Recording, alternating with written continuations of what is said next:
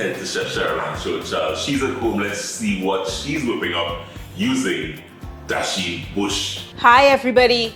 So today we're going to continue with my first love, callaloo. And I always try to think of different things that I can do with callaloo. So today I'm going to make callaloo crepes. And we're going to use IBIS flour to do it. So let's get started. I have, now crepes is normally a sweet item, but we're going to make it savory today. So I'm going to use 3/4 cups flour.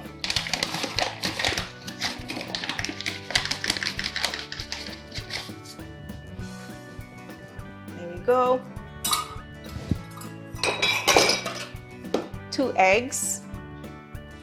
And we're going to put oil in it. Normally you put melted butter, but I'm switching it around and I'm going to use oil. And here I have the Lotus soybean oil. And we're just going to use 1.5 tablespoons of oil. There we go.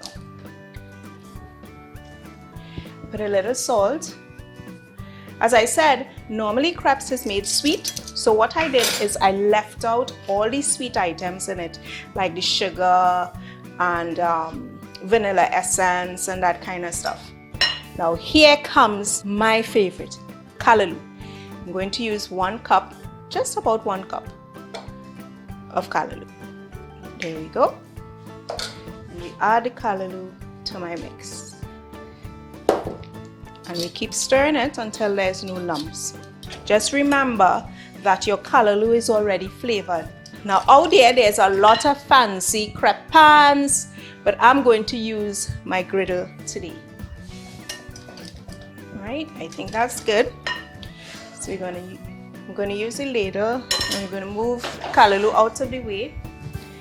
Add a little oil on my griddle. We're going to ladle some.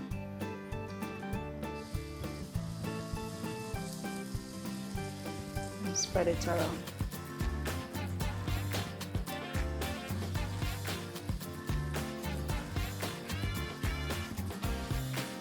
For the size that I want, I put maybe about 3 full ladles.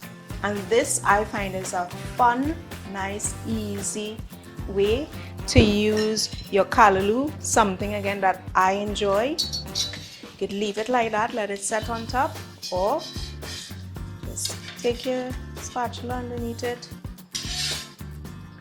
flip them, and there we have it.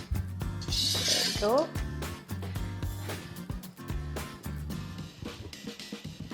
There we go. Now let's have a little taste.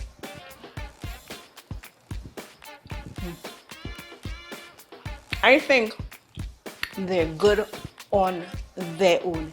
Enjoy making these crepes with your callaloo and let me know how it comes out. Home Sweet Home is brought to you by IBIS, a tradition of